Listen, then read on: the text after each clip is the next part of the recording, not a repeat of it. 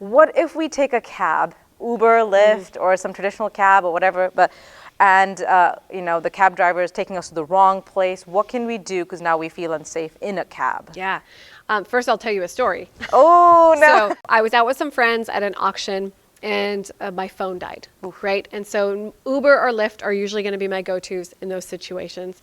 And we were all meeting up at a location afterwards, but I got left behind. I told my friends, go on ahead, I'll just grab an Uber and meet you down there. And then my phone dies, right? So Uber and Lyft are gone. If you don't have a cell phone, you can't use the app and you can't get those places. And so I was out in a lineup for vehicles, and I'd never seen this before. I had multiple vehicle drivers approach me, a female by myself in evening attire, because we were dressed pretty fancy. So I'm not going to walk a couple miles in my high heels. And I broke my own rule. I didn't have flats as a backup that day. I usually have a purse with flats in them. And people started approaching me, these guys in cars by themselves, and said, hey, it's okay. I'll just give you a ride for free, or you can pay me cash. And my radar was just going off. It was a very uncomfortable situation. Don't get in the car. Do not get in the car. Something I hadn't been confronted with before, but I got approached by multiple people, and a couple of them were super uncomfortable. I said, no, I'm not interested. They started to get out of the car and come walk toward me. So this was way beyond the boundary of I was not safe. What'd you do? I left where I was from the vehicle lineup, went back into the facility, found a friend that was still inside, and had her call me a cab, and I did not leave until I had the cab driver's name, description, and where he was going to meet me, and I walked out to make sure that was the cab I had called, and was able to use my credit card to meet up with my friends. But I am not getting in a car with someone I don't know. I am not getting in a car when I didn't have my app, because Uber and Lyft have some, like my fake phone here, they have these add-ons I have been impressed with. And so both Uber and Lyft, if things are going wrong, your driver's not going where you think he should be going, he or she's not responding to you, he or she seems impaired, something is not safe in that car, they all have emergency buttons in their apps now. And so I would never ride an Uber without the app open, because I'm going to hit that emergency button, which is going to override anything this driver is going to do, send my GPS location immediately. Where does it send to? It's going to send it to Uber.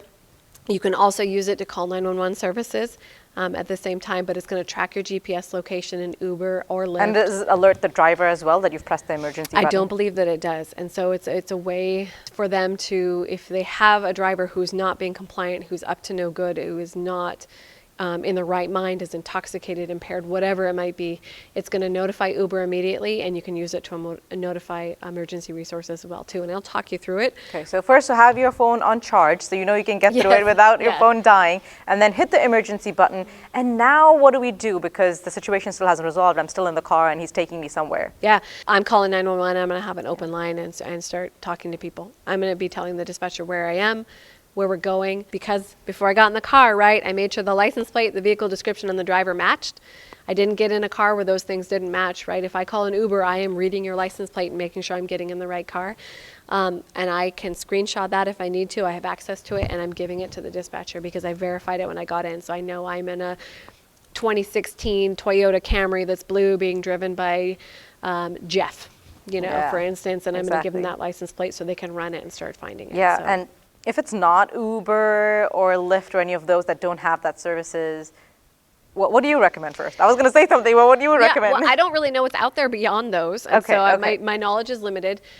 But if I don't see some kind of taxi cab certification and license, or I don't have an app that I've downloaded and can track and I know it has safety features, I'm not getting in your car. So this happened to, like in New York and Dubai and other places don't have Uber or Lyft. They have like standard issued cab vehicles. And my cousin, who's a boy, he actually was taken by this official cab driver somewhere else, and that was a scary situation for him. So in that case, what I used to do, and I always do, especially if I'm not taking Uber or Lyft, right, just getting into one of those cabs, and in a different country too, I would very obviously make sure the driver can see me taking a picture of his license plate of him, and then I'll be like, hold on, I'm texting this to my friends and family, your license plate and your picture.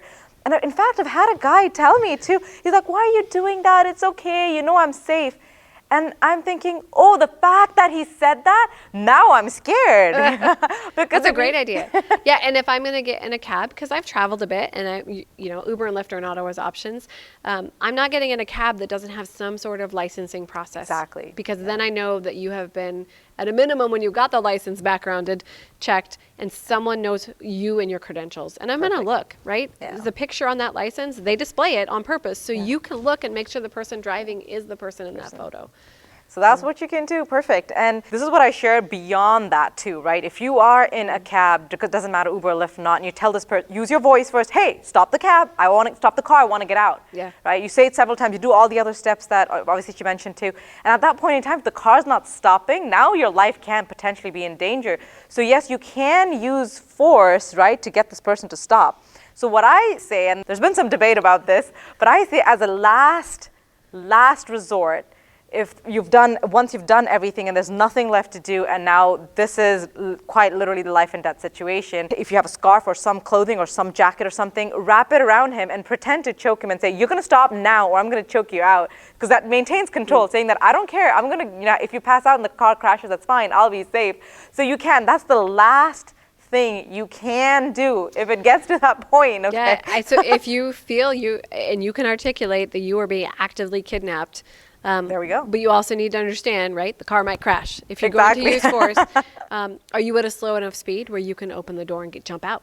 Yeah. Right? If you're going 60 miles an hour on the freeway, that is not going to be That's a good not option going to be an for option. you. Yeah, exactly. If you're going 15 miles an hour in the city, it still might not feel great, but it might be a safe option, right? That's also important to know, right? So whatever cab we're getting into shouldn't have a child lock. So you should be able to get out. So there should be a way to even check that. Like, hey, is this open? Can I open it from the inside before getting in? I out of habit, I do. I check. Oh, you do? That's awesome. I check handles to make sure that they're engaging. And you Well, can how do usually you check handles? I would just pull the handle From the inside? and if they are not clicking or engaging, then the child lock is on. Right. Oh. Now things could change as you're mobile, but typically those locks you're going to be able to tell when you open the back of a door. You're going to be able to grab the handle, and if you hear it click and you hear it unlatch, it's a working handle. If you're pulling it and you're getting no pressure, nothing, that means that doesn't typically open a door. So I would ask, right? Maybe it is broken. I rode in Uber in Eastern Washington last summer, and the handles were broken. I was with 4 other police officers at a conference, and the other side of the car worked just fine. So did I think that I was being kidnapped or I was in danger? The driver even told us that handle's broken. I'm so sorry. We knew it getting in. I was with other police officers in this vehicle. Would I have gotten in that car by myself? I don't know because... Were you in your uniform? No. Okay, No. So that's different. No, the driver did not know we were all police officers. We knew we were all police officers, but we were there for a conference. And so, right, we do check handles. That one was broken, but I was also with enough people. It was a different dynamic and situation. Yeah. Had I been by myself, I might not have taken that ride because that's not a good feeling to know that you can't get out if something bad happens. Yeah. Even just in a car crash, I don't want to be trapped in the back of someone's car. So. That's a good point.